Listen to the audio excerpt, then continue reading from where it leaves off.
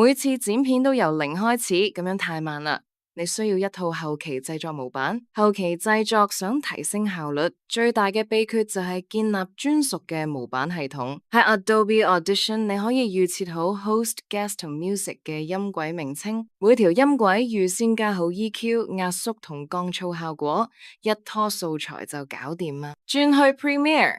你可以建立一個預設好 intro 同 outro 動畫嘅序列，仲可以固定埋 lower third 嘅位置同埋字幕嘅字體樣式添，將呢一啲元素變成 MoGart 模板，下次只要改下啲字就用得啦。檔案管理都好重要，建立一個標準嘅資料夾結構，唔好亂擺，分好 raw、audio、video、graphics 同 export，揾嘢就快好多。畫面顏色方面，將你常用嘅調色設定儲存做 Lumetri 預設，咁樣以後每次剪片只要一鍵套用，畫面風格就統一啦。只要做好呢啲模板，你每集嘅後期製作時間最少可以慳一半。